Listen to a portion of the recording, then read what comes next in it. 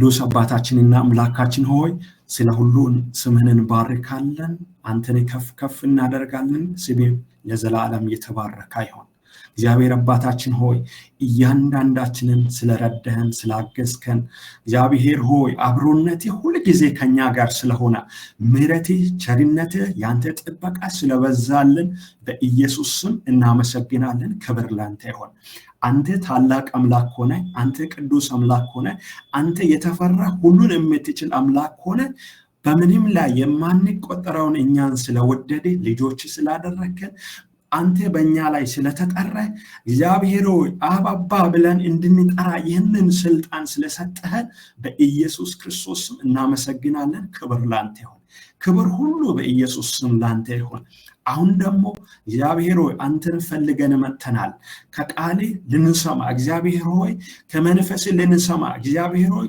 እንዲህ ወንድሞች እህቶች በአንድነት ተሰባስበናል በአንድ ልብ ሆነን በፊት ያለን በኢየሱስ ክርስቶስ በመገኛት እንድትገለጠ እግዚአብሔር ሆይ ቃል ያለ አንዳች መከልከል በኢየሱስ በመሐከላችን ላይ እንድነገር እንድሰበክ እግዚአብሔር ሆይ ባሪያን ፓስተርን በኢየሱስ እንድታግዘው መንፈስ ቅዱስ እንድትረዳው በኢየሱስ እንጸልያለን እኛም መስማት እንድንችል በኢየሱስ አንተ እርዳን እግዚአብሔር ሆይ ይህንን የማይወድ የትኛውም የክፉ አሰራር ቢሆን በስም ስልጣን በኢየሱስ ስም የተመታ ይሁን የሚኖረንን ጊዜ በኢየሱስ ስም ባረከልን እናመሰግናለን በኢየሱስ ስም አሜን ክብር ለጌታ ይሁን አሁን ከፓስተር ቤኪ ጋር አብረን ደግሞ የእግዚአብሔርን ቃል የምንከፋፈልበት ጊዜ ይሆናል ያለውን ጊዜ ለመንፈስ ቅዱስና ለፓስተር ይሰጣለው ፓስተር ያው ትገባለህ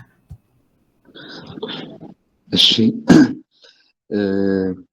ሁላችሁም በእያላችሁበት ከእግዚአብሔር ከአብ ከአባታችን ከልጁም ከጌታ ከኢየሱስ ክርስቶስ ጸጋና ሰላም ይብዛላችሁ እንዴት ናችሁ ድምጼ ይሰማል ሁላችሁም ጋር ይሰማል ይሰማል እሺ እንግዲህ መቀጠል እችላለሁ በጣም ደስ ብሎኛል ጃክ ነግሮኝ ነበር ስለናንተ ጌታን እጅግ አድርጌ ባርካለሁ እኔ ያው በረከት በላይ እባላለሁ ፓስተር በረከት በላይ እባላለሁ ወጣት ፓስተር ነኝ የዓለም ገና ቤቴል ቃልዮት የወጣቶች መጋቢ ነኝ ስለዚህ እንደ ታናሽ ወንድማችሁም እግዚአብሔር ደግሞ እድል እንደሰጠው የእግዚአብሔርን ቃል እንደሚመግብ መጋቢና አገልጋይ በመካከላችሁ ተገኝቻለሁ በጣም ስለናንተ ጌታን እጅግ አድርጌ እባርካለሁ ከዚህም በኋላ አስፈላጊ በሆነበት በማንኛውም ጊዜ በትምህርትም በጸሎትም ለጃክ እየነገርኩት ነበርና አገለግላችሁ ዝግጁ ነኝ እኔ ሜዲካል ላብራቶሪ 2015 ግራጁዌት አድርጌያለሁ ከዚያ በኋላ አምና ጊዜን ሰጥቼ በእግዚአብሔር በጎ ፈቃድ ደግሞ ዘንድሮ ታሳስ አካባቢ ላይ ኦርዴንድ ተደርጌያለሁ በቤተክርስቲያኔ ከዚያ በኋላ ወጣቶችን ነው ማገለግለው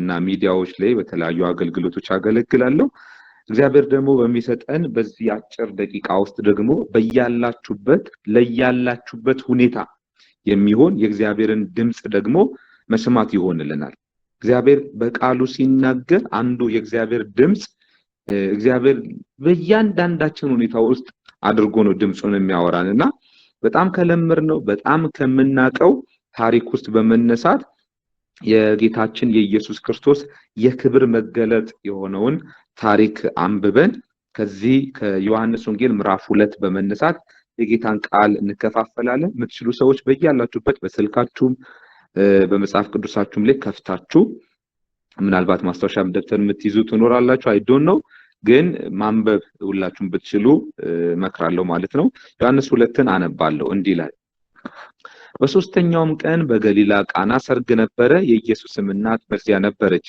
ኢየሱስም ደግሞ ደቀ መዛሙርቱም ወደ ሰርጉ ታደሙ የወይን ጠጅም ባለቀ ጊዜ የኢየሱስ እናት የወይን ጠጅ እኮ የላቸውም አለችው ኢየሱስም አንቺ ሴት ካንቺ ጋር ምን አለኝ ጊዜ ገና አልደረሰም አላት እናቱም ለአገልጋዮቹ የሚላችሁን ሁሉ አድርጉ አለቻቸው አይሁድም እንደሚያደርጉት የማንጻት ልማድ 6 የድንጋይ ጋኖች በዚያ ተቀምጠው ነበር እያንዳንዳቸውም 2 ወይ 3 እንስራ ይዙ ነበር ኢየሱስም ጋኖቹን ውሃ ሙሏቸው አላቸው እስካፋቸው ሞሏቸው አሁን ቀርታችሁ ለአሳዳሪው ስጡት አላቸው። ሰጡትም። አሳዳሪውም የወይን ጠጅ የሆነውን ውሃ በቀመሰ ጊዜ ከወዴት እንደመጣ አላወቀም። ውሃውን የቀዱት አገልጋዮች ግን ያውቁ ነበር። አሳዳሪው ሙሽራውን ጠርቶ ሰው ሁሉ አስቀድሞ መልካሙን የወይን ጠጅ ያቀርባል፣ ከሰከሩም በኋላ መናኛውን፣ አንተስ መልካሙን የወይን ጠጅ እስከ አሁን አቆይተሃል አለው። ኢየሱስ ይህን የምልክቶች መጀመሪያ በገሊላ ቃና አደረገ፣ ክብሩንም ገለጠ፣ ደቀ መዛሙርቱም በእርሱ አመኑ። እግዚአብሔር አምላካችን ሆይ ይሄ ቅዱስና ሕያው የሆነውን ቃልህን አነበብን። የቃልህ ፍቺ ያበራል፣ ሕፃናትን ጠቢባን ያደርጋል እንደሚል ቃልህ ከተብራራ ዕውቀት ሆኖ ጭንቅላታችንን ይሞላል። ቃልህ ከበራ ግን ጨለማን ገፎ ከጨለማ ልምምድ ነፃ አውጥቶ በብርሃን ጎዳና ያራምደናል። አቤቱ አምላካችን እግዚአብሔር ሆይ በተለያየ ስፍራ ላሉ ለእህትና ለወንድሞቼ አሁን ለመንኩ፣ ይሄ ቃል ብርሃን ሆኖ ወደ ልባቸው ይግባ። ወዳሉበት ሁኔታ፣ ወዳሉበት ጥያቄ፣ ወዳሉበት ጌታ ሆይ አንተ ከልብስ አልፈ ልብን የምታውቅ ጌታ፣ ከሳሎናችን ሶፋ ዘልቀ የጓዳችንን እንባ ጥያቄ የምትመለከት ጌታ፣ ዛሬ ከልብህ ለልባችን እንድታወጋን ዘንድ፣ እንድታወራን ዘንድ፣ እንድትገስጸን፣ እንድትመክረን፣ ተስፋ እንድትሰጠን፣ እንድታበረታን ዘንድ በጌታ በኢየሱስ ክርስቶስ ስም ለመንህ። ስለ ሁሉ እጅግ አድርገን እናመሰግናለን። የክብር መገለጥ ጊዜ ስለምታረግልን ተመስገን። በኢየሱስ ስም አሜን። ኢየሱስ ይህን የምልክቶች መጀመሪያ በገሊላ ቃና አደረገ፣ ክብሩንም ገለጠ፣ ደቀ መዛሙርቱም በእርሱ አመኑ ይላል። እንግዲህ ይሄ የዮሐንስ ወንጌልን መጽሐፍ ነው ያነበብኩት። የጌታ የኢየሱስ ክርስቶስ ክብር ከተገለጠባቸው ተራ ወጣት ተራ ሰው ብቻ እንዳልሆነና ክቡር እንደሆነ፣ ክቡር ማንነት እንዳለው፣ የከበረ አምላክ የከበረ ንጉስ እንደሆነ፣ የጌታ ግርማ የጌታ ክብር ከተገለጠባቸው ታሪኮች መካከል የመጀመሪያውና አንደኛው ታሪክ ነው። እንግዲህ ጥቂት ስለ ዮሐንስ ወንጌል ልበላችሁ፣ ስለ ሰርጉ ጥቂት ላውራችሁና ከዚህ የሰርግ ታሪክ ምን እንማራለን? ከዚህ የሰርግ ታሪክ ኢየሱስን ማንም በለው ከሚለው ተነስተን ሁለት ርዕሶች ላይ ዛሬ እግዚአብሔርን ድምጽ የምንሰማ ይሆናል ማለት ነው። እንግዲህ ተወዳጆች ሆይ ከወንጌላት መካከል ማቴዎስ ንጉስነቱ ላይ፣ ማርቆስ አገልጋይነቱ ላይ፣ ሉቃስ ፍጹም ሰውነቱ ላይ፣ ዮሐንስ ደግሞ መለኮትነቱ ላይ አተኩረው እንደጻፉ ሁላችንም እናውቃለን። እና ይሄ ዮሐንስ ለሕዝብ ሁሉ የሆነ የወንጌል መልእክትን የተጻፈው ዮሐንስ 21 ምዕራፍ ያለውን ወንጌል ነው የጻፈው። በዚህ 21 ምዕራፍ ባለው ወንጌል ውስጥ ይሄን ወንጌል የጻፈበትን ዓላማ ሲነግረን ኢየሱስ እርሱ ክርስቶስ የእግዚአብሔር ልጅ እንደሆነ ታምኑ ዘንድ አምናችሁ ደግሞ ሕይወት ይሆንላችሁ ዘንድ ነው ይላል። ስለዚህ ኢየሱስ ክርስቶስን በማመን ስለሚገኝ ሕይወትና ኢየሱስ ክርስቶስን በማመን ስለሚገኝ የዘላለም ድነት ዋና ዓላማው አድርጎ የተጻፈ የወንጌል መጽሐፍ ነው። ምን እያልኳችሁ ነው? ስለ ሰርግ የተጻፈ መጽሐፍ የለንም። ለሰርግ ቤት ፕሮግራም የምትሰብኩት ብሎ አይደለም ዮሐንስ የጻፈው። ከእያንዳንዱ ተአምር ውስጥ የክርስቶስ ኢየሱስን ልዕልና የእግዚአብሔር ልጅነት እንድንረዳ ስለ ኢየሱስ ክርስቶስ የእግዚአብሔር ልጅነት ወይም ደግሞ ኢየሱስ ነው ዋናው ትኩረት በሙሉ መጽሐፍ።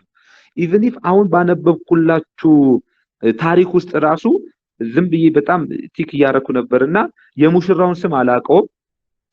የማርያምንም ስም ያው የኢየሱስ እናት ነው የሚለው፣ በስሙ አያስቀምጣትም። የባሮቹንም ስም ባሮች ነው የሚለው። የጠጅ አሳላፊውንም ስም የማንም ስም አይጠቀስም። ኢየሱስም ተብሎ ግን የተጠቀሰው በዚህ መጽሐፍ ላይ የኢየሱስ ስም ብቻ ነው። ክብር ለኢየሱስ ይሁን። ስለዚህ ዋናው ባለ ታሪክ ኢየሱስ እንደሆነ እንገነዘባለን። 7 ተአምራቶች አሉት፣ 7 ነዎች አሉት፣ 7 ንግግሮች አሉት። በእነዚህ ሁሉ ግን የጸሐፊውን ዓላማ አትርሱ።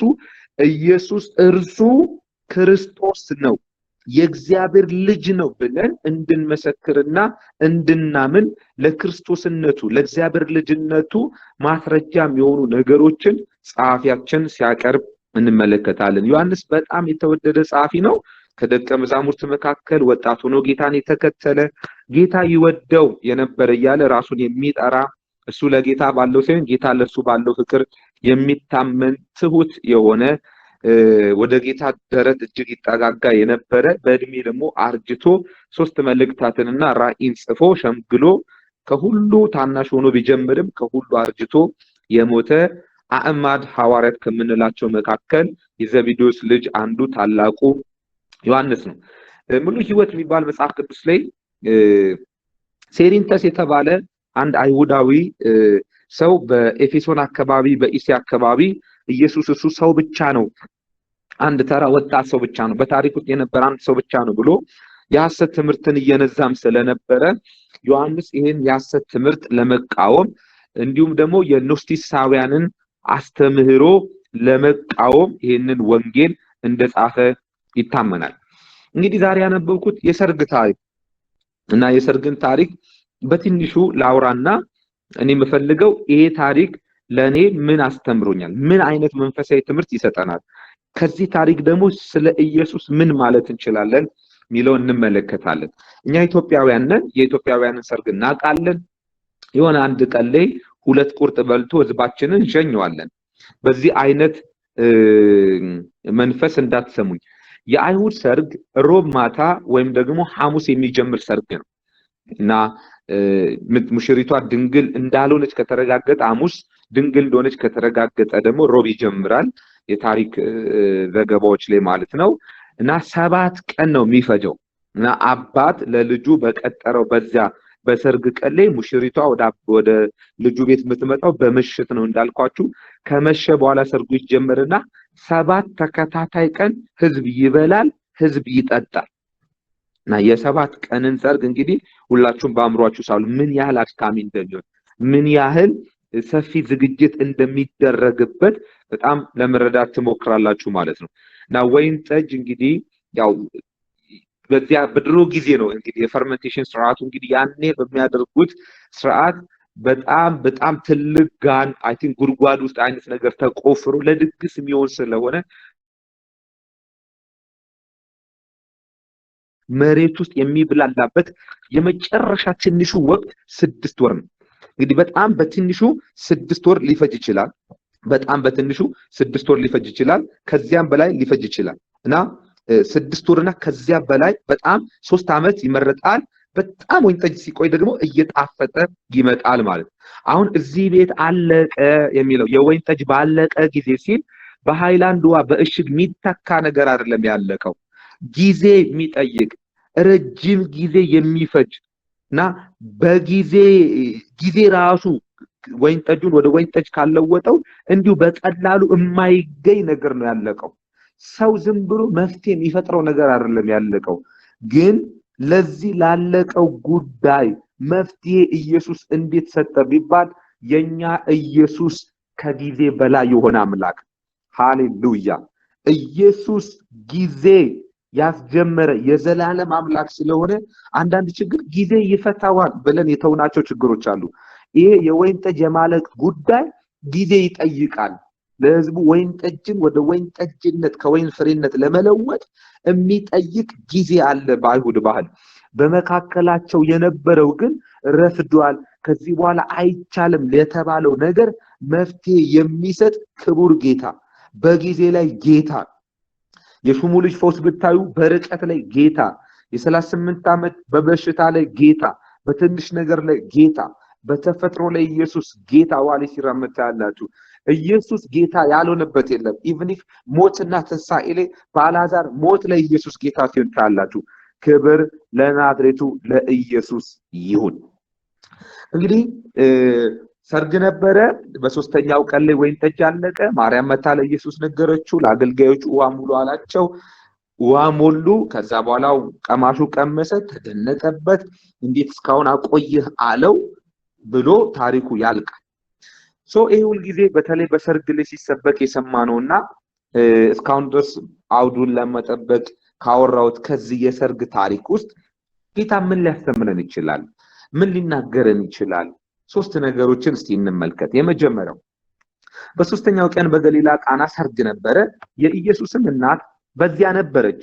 ኢየሱስም ደግሞ ደቀ መዛሙርቱም ወደ ሰርጉ ታደሙ ይላል። በዚህ ጊዜ ይሄ ሶስተኛው ቀን የሰርጉ ሶስተኛው ቀን ሊሆን ይችላል። የናትናኤል ወደ ጌታ ከመጣ ሶስተኛው ቀን ሊሆን ይችላል። በጣም በብዙ ሊተረጎም ይችላል። እኛው ግን በሶስተኛው ቀን ኢየሱስ እናቱ እና ደቀ መዛሙርቱ በዚህ ጊዜ 6 ናቸው። ደቀ መዛሙርቱ ገና ምዕራፍ 1 ላይ እየጠራቸው ያለበት ሁኔታ ነው።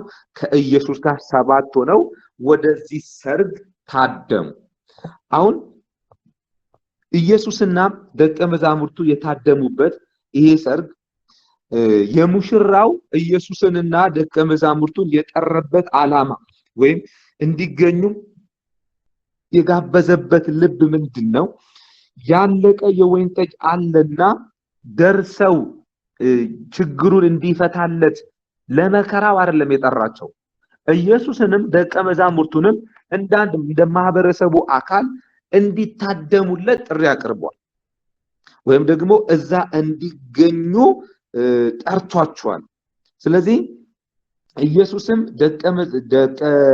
ኢየሱስም ከዛ ደግሞ ደቀ መዛሙርቱ አንድ ላይ የተገኙት በዚህ ሰርግ ላይ የታደሙበት ጉዳይ ባለቀ ሰዓት ሳይሆን ሰርጉ ሙሉ በነበረበት ሰዓት፣ ሰርጉ በጣም ሰላም በነበረበት ሰዓት። ስለዚህ ቁጥር 2 ላይ KJV ላይ እንደዚህ ይላል and both Jesus was called and his disciples to the marriage ይላል። ሰውየው ካቀረበላቸው ጥሪ የተነሳ ሰርጌ ላይ ተገኝ ከሚለው ጥሪ የተነሳ ኢየሱስም ደቀ መዛሙርቱ አንድ ላይ ታድመዋል። ስለዚህ የሚበላ ምግብ እየበሉ ነው፣ የሚጠጣ መጠጥ እየጠጡ ነው። እንግዶቹ ሙሉ ናቸው፣ ወይን ጠጁ ሙሉ ነው፣ ድግሱ ሰላም ነው። በዚህ ሰላም በሆነ ድግስ፣ በዚህ ነገር ሙሉ በሆነበት ድግስ ላይ ኢየሱስ ታድሟል፣ ኢየሱስ ተገኝቷል። ኢየሱስና ደቀ መዛሙርቱ ጥሪ ደርሷቸው ያን ጥሪ ተቀብለው ወደዚህ ሰርግ ቤት ላይ መጥተዋል። ይህ ሙሽራ ኢየሱስን የፈለገው አምላክነቱ ገብቶት ታሪክ ለዋጭነቱ ገብቶት ችግር ላይ ስላለ እንዲደርስለት አይደለም ኢየሱስን የጠራው። ይህ ሙሽራ በእውቀትም በእምነትም አይደለም ያደረገው። ግን እድለኛ ከሆነበት ጉዳይ መካከል አንዱ ኢየሱስ እዚህ ሰውዬ ሰርግ ላይ በሙላቱ ወቅት ተገኝቷል። ዛሬ እግዚአብሔር አምላክ በእኔ በኩል ሆኖ የሚሞግታችሁ በሰላማችሁ ወቅት ትፈልጉኛላችሁ ወይ ነው? በሙላት ወቅት ትፈልጉታላችሁ ወይ ነው ጌታ።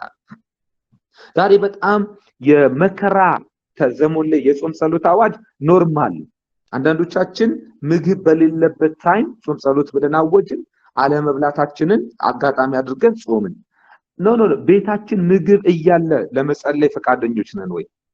ቸርች ውስጥ እንደዚህ የሚባል ነገር አለ። ጸሎት እንጸልይ ሲባል ሰው ሊመጣና ሀገር ሰላም አይደለም ይላል። ሀገር ሰላም ነው፣ እንጸልይ። ስለዚህ ይሄ ሙሽራ በሙላቱ ወቅት ጠራው፣ በጉድለቱ ወቅት ኢየሱስ ቆመለት። በብርሃኑ ወቅት የጠራው ኢየሱስ በጨለማው ላይ ብርሃን ሆነለት። ስለዚህ ወዳጆቼ ስንቶቻችሁ ናችሁ እንደዚህ አይነት ሙሽራ ልብ ያላችሁ? ስለዚህ ይሄ ሙሽራ እድለኛ ነው። ወዳጆቼ ማንን ትፈልጋላችሁ? ለምንስ ትፈልጋላችሁ? በሰላማችሁ ወቅትና በሙላታችሁ ወቅት ላይ። ዓለም ላይ እንደምታውቁት ብዙ ሰርግ አለ፣ እጅግ በጣም ብዙ ሰርግ አለ። እዚህ ውስጥ ያገባችሁ ሰዎች ትኖራላችሁ፣ ያላገቡ ሰዎችም ይኖራሉ። እና በጣም ለብዙዎቻችሁ አሁን ሰርግ ብዬ ሳስተምር ተስፋ ነው። በጣም አጋጣሚ በሆነ ሁኔታ እኔ ገና ከፊቴ ነው ሰርግ ያለው። ግን ሰርግን ስናስብ የማናችንም ሰርግ መጽሐፍ ቅዱስ ላይ የለም። እዚህ የእግዚአብሔር ቃል ላይ ቅዱስ የእግዚአብሔር ቃል ላይ ሰርጋችሁ የለም።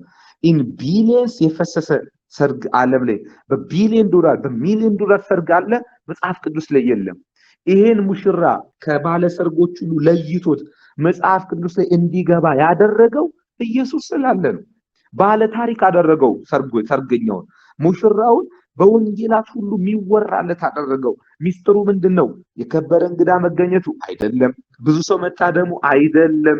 በጣም ዲኮር አይደል፣ ኢየሱስ ታድሟል፣ ኢየሱስ ተገኝቷል ነው። ወዳጆቼ ይመስለኛል ይሄንን ሙሽራ ብቻ አይደለም እኔንም እናንተንም ታሪክ የሌለንን ባለ ታሪክ ያደረገን በህይወታችን የተገኘ በልባችን ያደረ በመካከላችን ያለው ጌታችን ኢየሱስ ክብር ይሁንለት። ግን ኢየሱስን በሙላት መፈለግ ይሁንለት። በኢየሱስም ለባርካችሁ በሰላም የምትፈልጉበት ጸጋ ይብዛላችሁ። በሙላታችሁ ወቅት በደህንነታችሁ ወቅት ፊቱ የምትራቡበት ፊቱ የምትፈልጉበት እግዚአብሔር አምላክ ጸጋውን በኢየሱስ ስም ያፍሰስላችሁ። አንድ ንጉስ ነበረ። በእርግጠኛ ነኝ አሜን እያላችሁ እንደሆነ ተስፋ አደርጋለሁ። እና አንድ ንጉስ ነበረ። የሀገሩን ህዝብ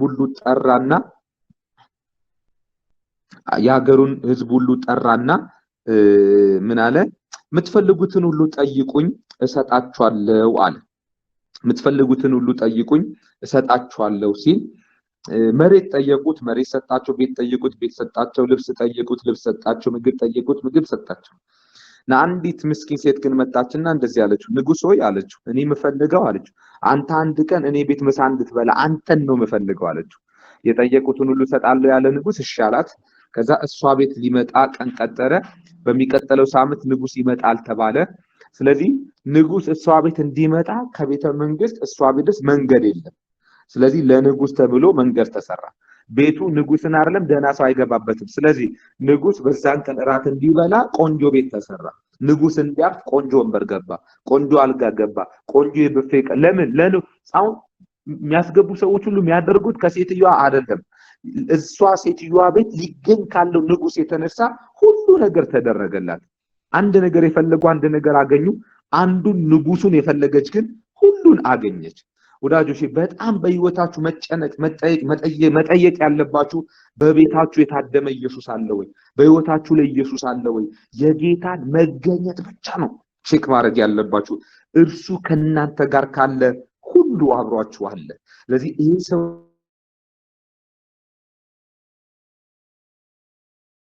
ሰውዬ በሙላትና ሰርጉ ሰላም በሆነበት ወቅት ላይ ኢየሱስን በሰላም ወቅት ኢየሱስን በሙላቱ ወቅት ጠርቶታል። እግዚአብሔር ጸጋውን ለሁላችንም ያብዛልን። ሁለተኛ ጌታ ያስተማረኝ ነገር ከዚህ ታሪክ ውስጥ ከማርያም ነው የተማርኩት። ከማርያም የምንማረው ነገር ነው። ከማርያም የምንማረው ሁለት ነገር ልንገራችሁ። የመጀመሪያው ከማርያም የምንማረው ነገር ስለ ሌሎች ሸክም ሊኖረን ይገባል፣ የምልጃ ህይወት። ሁለተኛ ደግሞ ኢየሱስን አለመልመድ ነው። እነዚህ ሁለት ነገሮችን በማርያም ህይወት ታያላችሁ። ሴት ስለሆነች አንደኛ ወይ ዘመዳቸው ወይ ጎረቤት ስለሆነች የጓዳ ሚስጥር እንድታቅ ተደርጋለች ማርያም። አሁን ማርያም ያለቀ ነገር እንዳለቀ ገብቷታል፣ ሰምታለች፣ ተነግሯታል። ባለቀ ጉዳይ ላይ ማርያም ራሷን የመፍትሄ ቦታ አርጋ ስትጨነቅ አንመለከታትም። ወይም ደግሞ ከነሱ ጋር አብራ ቁጭ ብላ ምን ይሻላል ብላ መፍትሄ ፍለጋ ስትንከራተት አንመለከታትም። ወይም ደግሞ ማርያም እኔ ምን አገባኝ ታዳሚ ነኝ፣ ሰርጉ የኔ አይደለም፣ የራሳችሁ ጉዳይ ብላ ያንን ለአሉባልታ ለወሬ ይዛው ስትሄድ አንመለከትም። የራሷ ሰርግ ያልሆነ የራሷ ቤት ያልሆነ የጎረቤትና የዘመድ የሆነ የሌላ ሰርግ መበላሸት ግድ ብሏት ስለሌሎች ግድ ብሏት አንደኛ የሌሎች ሰርግ መበላሸት አስገድዷት ያንን ጉዳይ ያለቀ ጉዳይ ተሸክማ ስለዚህ ይሄ የሌሎችን መቃተት የሌሎችን ውርደት አለመፈለጓን ያሳየናል። ሁለተኛ ግን መፍትሄው ነው የምትለው መፍትሄው ኢየሱስ እንደሆነ አምናል። ወደ የሴት ጉዳይ ነው ምናምን ብላ አልደበቀችውም። ይሄው አለችው የወይን ጠጅ እኮ የላቸውም አለችው። ይሄው ላንተ ነው ማሳየው። ማርያም ምን እያለች እንደው ታውቃላችሁ? አንተ መፍትሄ ነህ። አይናው አያውቁም ሌሎች ሲያዩ አንተን እንደ አንድ ወጣት ጎረምሳ ወጣት አድርገው ነው የሚያዩ። እኔ ግን እንደዛ ላይ አልችልም። ለምን? መልአኩ የነገረኝን አውቀዋለሁ። አንተ በዳዊት ዙፋን የምትቀመጥ ንጉስ ነህ፣ አንተ መሲህ ነህ፣ አንተ ክርስቶስ ነህ። እንደው ይሄ ላንተ ጥሩ አጋጣሚ ነው ክርስቶስነትን እንድትገልጥ። ጊዜ ገና አይደለም ያላት ያንን ኢንቴንሽኗን ነው። ቆይ የመሲህነቴ መገለጫ ጊዜ ገና አይደለም ሚላት ያንን ነው። ግን በማርያም ውስጥ አንድ ነገር አለ፣ እምነት የሚባል ነገር አለ። የሚገርም እምነት እኮ ነው ወዳጆቼ። አልለመደችውም ኢየሱስን። አይገርምም? በጣም ነው የሚገርመኝ። ማህፀኗ ያደረውን በቤቷ ያደገውን ኢየሱስን ዛሬ መፍትሄ ነው ብላ ነው የምታምነው። በጣም በቸርች ተወልዳችሁ ስላደጋችሁና ደጋግማችሁ ስሙን ስለጠራችሁ አውቃችሁት የጨረሳችሁ የመሰላችሁ ሰዎች ኢየሱስ ዛሬም መፍትሄ ነው። ኢየሱስ ዛሬም አይለመድም። ማርያም በማህፀኗ አድሯል ኢየሱስ። እቤቷ 30 ዓመት ሙሉ እየታዘዛት አድጓል። ግን አንድ ነገር ታውቃለች፣ ኢየሱስ ነው የዚህ ችግር መፍትሄ። ስለዚህ የሚላችሁን አድርጉ ብላ ኢየሱስንና ደቀ መዛሙርቱን አገናኝታ ዘወር አለች። እሷ ወጣች ከዚህ ታሪክ ውስጥ ኢየሱስን እንዲገናኙ አድርጋ ወጣች እሷ። ወዳጆቼ ዛሬ ላይ ፎሎሚ ተከተሉኝ የሚሉ አገልጋዮች በበዙበት ዘመን ሰዎች ሁሉ የኢየሱስ ተከታይ እንዲሆኑ፣ ሰዎች ሁሉ ኢየሱስን የሚሰሙ ኢየሱስ ያላቸውን የሚያደርጉ እንዲሆኑ ኢየሱስንና ሰዎችን የምናገናኝ እግዚአብሔር አምላክ ያድርገን። ይህንን የማርያምን ልብ ይስጠን። የራሳችን ባልሆነም ጳውሎስ ለጢሞቴዎስ ሲነግረው ከሁሉ በፊት ስለ ነገስታት፣ ስለ መኳንንት፣ ለሀገር፣ ስለ ሌሎች ምልጃ እንዲደረግ አሳስባለሁ ይላል። ዛሬ እየጠፋ ያለ ልብ፣ የምልጃ ልብ፣ የሚቃትት ልብ፣ ኢየሱስን የማይለምድ ልብ፣ ችግሮችን ሁሉ ወደ ኢየሱስ የሚያመጣ የእምነት ሰው ራሱን አውጥቶ ትውልዱን ከኢየሱስ ጋር የሚያገናኝ ዘወር የሚል ማርያም አይነት ሰው ያስፈልገናል። እግዚአብሔር አምላክ ለሁላችንም ጸጋውን ያብዛል። ሶስተኛ ከባሮቹ የተማርኩትን ላውራችሁና ትንሽ ኢየሱስን ማንም በለው የሚለውን ተናግሬ ልጨርስ። ሶስተኛ በመታዘዝ የተገለጠ እምነት ነው። በመታዘዝ የተገለጠ እምነት ነው። ወዳጆቼ እዚህ ታሪክ ላይ የምናገኛቸው ባሮቹ የተባሉ በእለቱ የሚያስተናግዱ አስተናጋጆች አሉ እና የሚላችሁን አድርጉ ስትላቸው እሺ ብለው መጡና ኢየሱስ ምን አላቸው? ጋኖቹን ውሃ ሙሏቸው አላቸው ይላል። በጣም ነው የምወደው ሙሏቸው የሚል ትእዛዝ ከኢየሱስ አፍ ሲወጣ እነሱስ እስካፋቸው ሞሏቸው ይላል። አሁን የጌታን ቃል በመታዘዝ ነው ሰዎቹ የሚገልጡት፣ እንዳለው ነው የሚያደርጉት።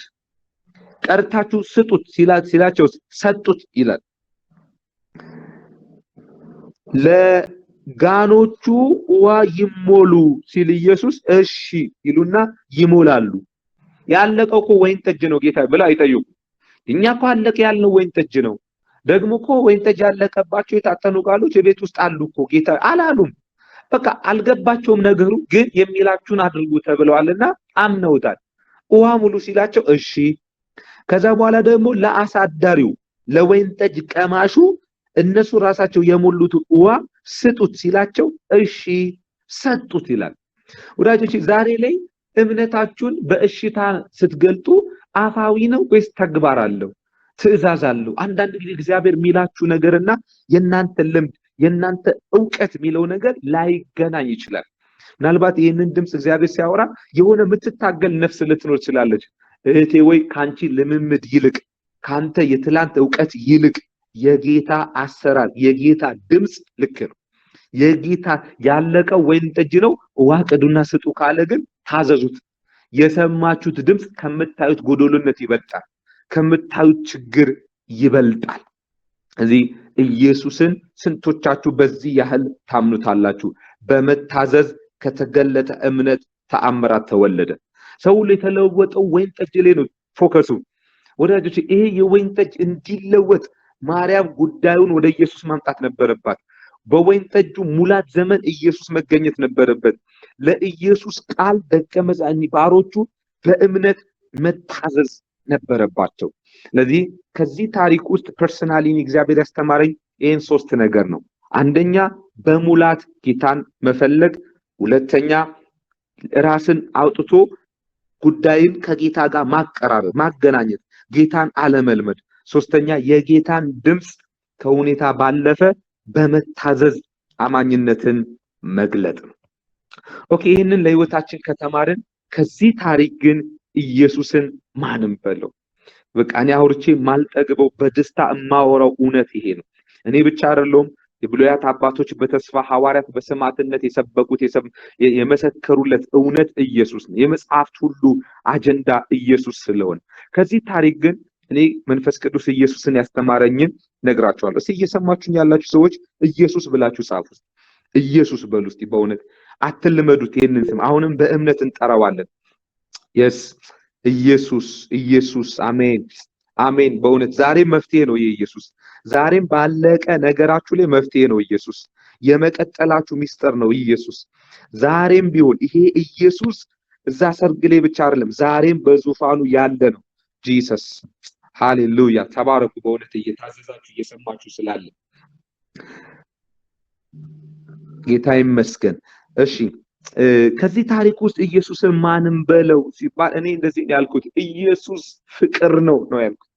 ኢየሱስ ፍቅር ነው። በጣም በእውነት በጣም በትልቅ ፖዚሽን የምትማሩ ተማሪዎች እንደሆናችሁ ተነግሮኛል አውቃለሁ። አይ ቲንክ በጣም ብዙ ቸርች ውስጥ እንደቆያችሁም ገምታለሁ። ግን ዛሬ እንደ አዲስ እንደ ትኩስ በጆሮአችሁ ይሄንን እውነት ላወራችሁ ፈልጋለሁ። ኢየሱስ ፍቅር ነው። ኢየሱስ ይወድሻል እህቴ። ኢየሱስ ይወድሃል ወንድሜ። የጌታ የኢየሱስ ክርስቶስ የፍቅር ማንነት፣ የጸጋ ማንነት ዘወትር የምንደነቅበት ለምሳላችሁ ክብሩን ገለጠ ነው የሚለው።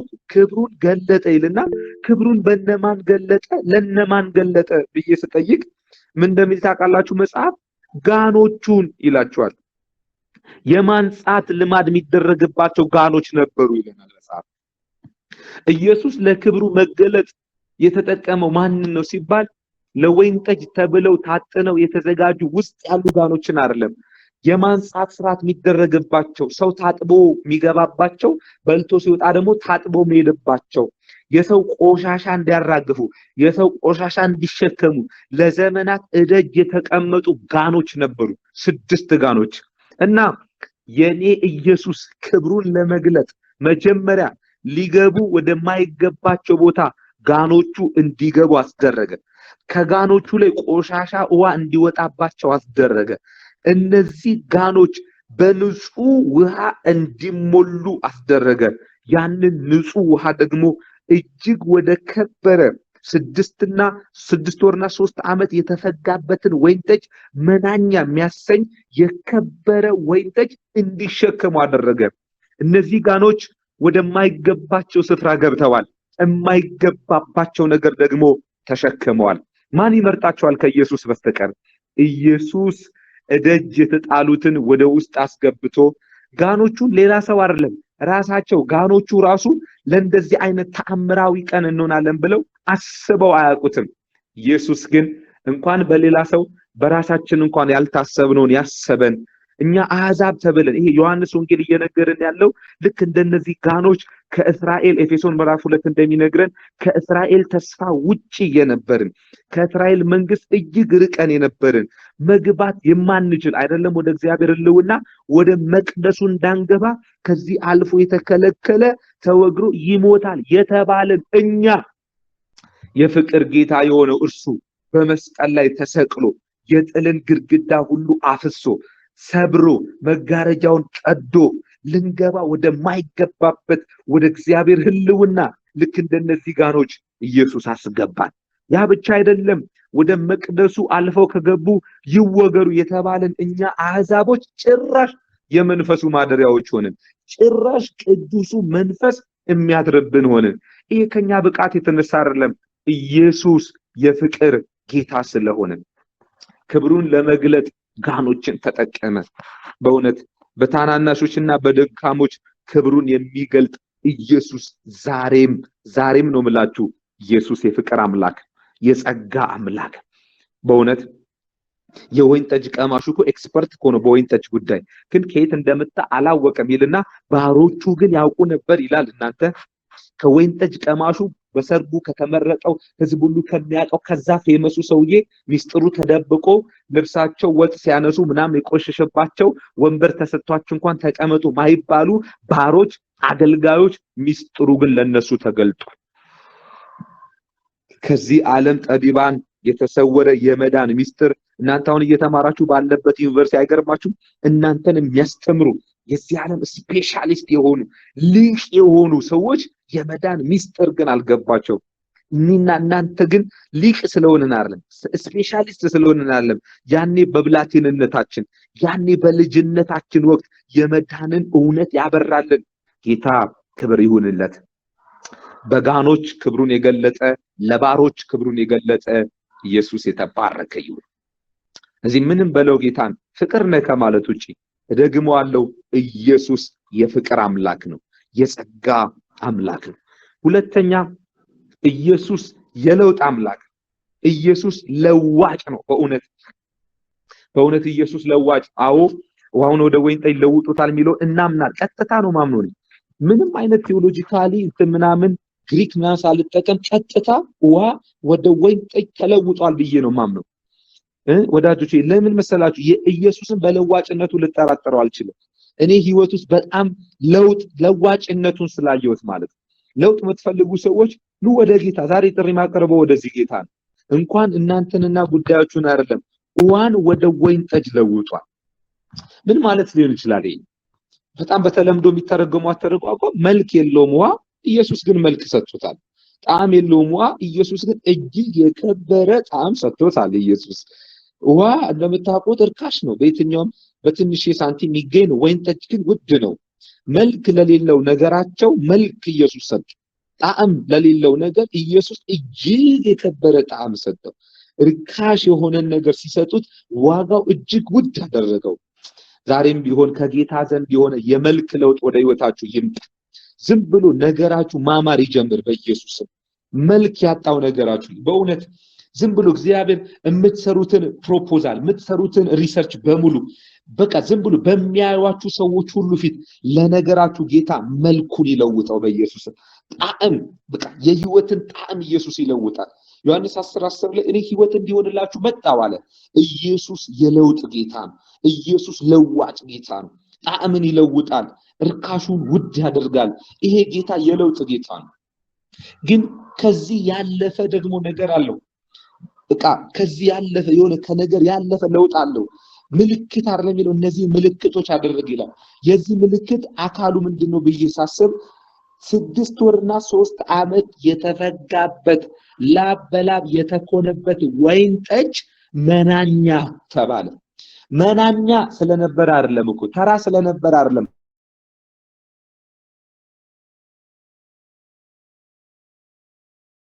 ሁለተኛው የሚበልጥ ሆኖ ስለተገኘ የሚሻል ሆኖ ስለተገኘ የሚበልጠው ነገር የተነሳ በሚበልጠው ነገር ምክንያት የመጀመሪያው ክብሩን ሲያጣም እንመለከታለን። ወዳጆች ይሄ በክርስቶስ ኢየሱስ የመጣልን አዲሱ ኪዳን ከብሉይ ኪዳን ይልቅ እንዴት እንደላቀ ብዙ በጎች ከታረዱበት ብዙ ላብ ከተደረገበት ይልቅ በእምነት የሆነው አዲሱ ኪዳን እንዴት የተሻለ እንደሆነና ክርስቶስ ኢየሱስ ኪዳን ሊለውጥ እንደመጣ አዲሱን ኪዳን የሚነግረን ምልክት ነው ብዬ አስባለሁ። የመጨረሻ በዚህ ላጠቃለን ኢየሱስ ጣልቃ የሚገባ ጌታ። ሃሌሉያ።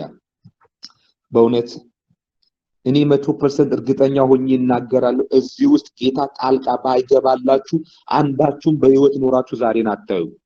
በቃ ምንም እኮ መስበክ አያስፈልግም። ሁላችንም የጌታ ጣልቃ ገብነት ያስቀጠለን ሰዎች ነን።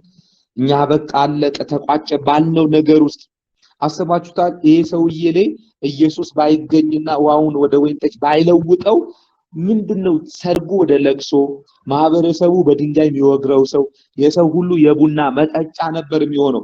ዛሬ ላይ እንደ ተአምር አድርገን የምንሰብክለት ሳይሆን የሚሆነው ታሪኩ በውርደት ነበር የሚደመደመው። ይሄ በውርደት የሚደመደመውን ታሪክ የህዝብ ቁጣ የሚነድበትን ታሪክ ዛሬ የክብር መገለጥ ታሪክ አርጎ የለወጠው ማን ነው ሲባል ጣልቃ የገባው ኢየሱስ። ኢየሱስ ሃሌሉያ። ኢየሱስ በእውነት በዚህ ሰውዬ ህይወት ውስጥ ያለቀውን ነገር የቀጠለለት ኢየሱስ። በጎደለው ሙሽራው አያውቅም። ሙሽራው ምን ተደረገለት አያውቅም። በጣም ሰውየው ጋር ምን ሆነ ነው እስካሁን ያቆየው ይላል። ሙሽራው መቻ ቆየው? አሁን እኮ የሆነው የሙሽራው ውጤት አይደለም የጌታ ውጤት ነው። ሙሽራው ያቀሙን እኮ ፈግቷል። 6 ወር 3 ዓመት አስጥቶ ምን አድርጎ እኮ ሞክሯል። የሙሽራው አይደለም አሁን አስጨናቂው የጌታ ነው። በእውነት የእናንተ አቅም አልቆ እንኳን ቢሆን የሚበልጥ የጌታ አቅም ይገለጻል። የጌታ ይበልጥ አማቼላ ቫራቦሻ የጌታ ይበልጣል። በእውነት የሚበልጥ የጌታ ነገር በካሳ መልክ ወደ ህይወታችሁ ይመጣል። በእውነት ለነፍሳችሁ ንገሯት። ዛሬ ከኔ ጋር ሆናችሁ የጌታዬ ይበልጣል እያላችሁ አውጁ። የጌታዬ ይበልጣል። በእውነት ምናልባት እናንተ ነገር እንዳሰባችሁ ባይሆንላችሁ የጌታ ሐሳብ ግን ይበልጣል። እመኑኝ የጌታ የተሻለ ነው። የጌታ ጣልቃ ገብነት ህይወታችሁን የተሻለ ያደርገዋል። ይሄ ኢየሱስ አይደለ በእኛና በኃጢአታችን ምክንያት በተገለጠ በእግዚአብሔር አብ ቁጣ መካከል ገብቶ እዚህ ሰውዬ ላይ ማህበረሰቡ ነበር ቁጣው የሚያነድበት፣ እኛ ላይ ግን የአብ ቁጣ ነበር በኃጢአታችን ሊነድብን የነበረው እና ኢየሱስ ግን በመካከል ገባ፣ ሞታችንን ወሰደ። ይኸው ዛሬ በህይወት አለን። በእውነት የጌታ ይበልጣል። የጌታ ይበልጣል።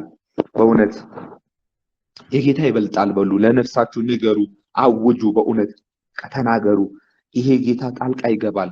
ዛሬ ለአንድ ነፍስ እኔ ቃትታለሁ፣ ለማን እንደሆነ አላውቅም። ነገር ሊጨልምብኝ ይሆን ለምትል ነፍስ አይጨልምብሽም። እውነተኛው ብርሃን ኢየሱስ ጣልቃ ይገባል። ከፊት ለፊቴ ልዋረድ ይሆን ውርደት ይሆን የሚያገኘኝ የምትይ ነፍስ በእውነት አትዋረጅም፣ በእውነት አትዋረድም። በእውነት አክባሪው ጌታ አለ ጌታ በዙፋኑ ላይ። በእውነት የናንተ ማይንድ የናንተ ጥረት ከሰራው ይልቅ ጌታ በተአምራቱ የሚበልጥ ይሰራላችኋል። ጀምራችሁ ነገር ፌል እያደረገባችሁ ነው። በጣም በእናንተ ነገር አልሳካ እያለ ነው። እመኑኝ ከጌታ የሚበልጥ ትቀበላላችሁ። ጣልቃ ይገባል እሱ በህይወቴ በኑሮዬ ጣልቃ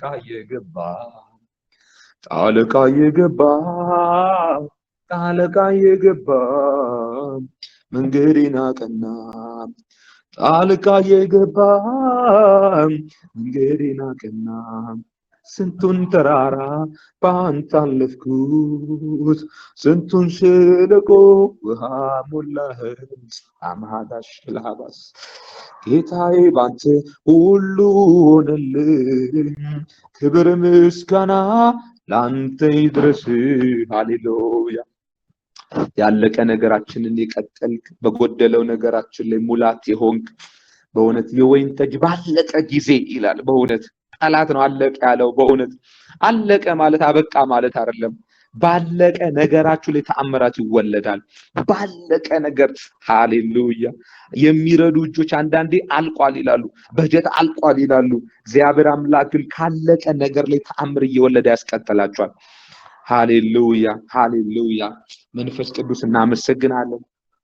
መንፈስ ቅዱስ እንደዚህ ሙሽራ ጌታ ኢየሱስ ክርስቶስን በሙላት መፈለግ የምንችልበት ጸጋ ለእያንዳንዳችን ይብዛልን። ጌታ መንፈስ ቅዱስ እንደ ማርያም ስለ ሌሎች ምንቃተትበት ልብ ይብዛልን። አንተን ማንለምድበት በማህፀኗ አድረ በቤቷ አድገ አሁንም ግን አንተነ መፍትሄ ብላ ጉዳዩን ወደ አንተ እንዳመጣች ራሷን እንዳገለለች አንተን ምናምንበት የእምነትን መንፈስ ጨምርብን። እኔ አይደለሁም እሱን ስሙት እሱ ሚላችሁን አድርጉ እያለች ወደ ኢየሱስ እንደጠቆመች በዚህ ትውልድ መካከል ሰዎች ኢየሱስን እንዲከተሉ ወደ ኢየሱስ ጠቋሚዎች እንድታረገን ዘንድ እኔ ጸልያለሁ።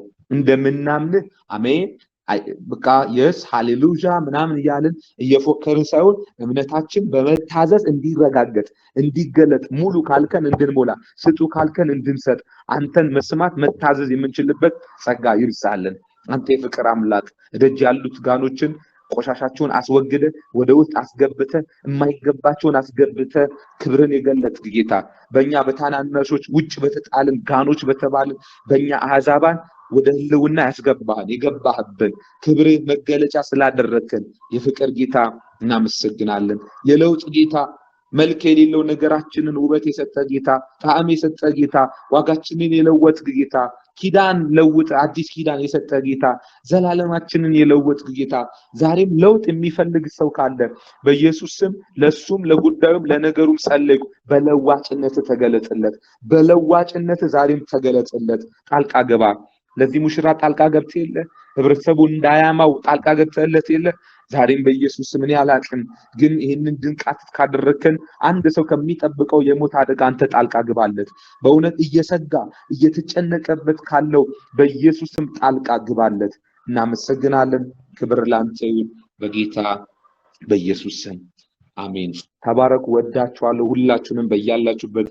እኔ በጣም ከምታስቡት በላይ ታናሽ ወንድማችሁ ነኝ በጣም ማለት ነውና በመክራችሁም በሐሳባችሁም በጸሎታችሁም እኔንም አስቡኝ፣ ደግፉኝ።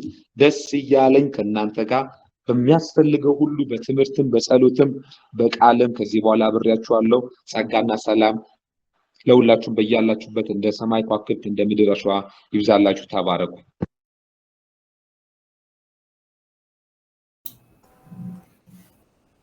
አሜን አሜን። ጌታ ይባርክ። ፓስተር ቤኬ እግዚአብሔር ይባርክ። እኛም በጣም እንወድሃለን። በጣም ደስ የሚል ጊዜ ነው ያሳለፍነው። እንግዲህ ጌታ ወደፊት ባለው ጊዜም ጌታ እድሉን ይሰጠናል፣ አብረን እናገለግላለን። እንግዲህ ስለተገኘ ስላገለገልከን በጣም ልናመሰግነው እንወዳለን። ጌታ ይባርክ።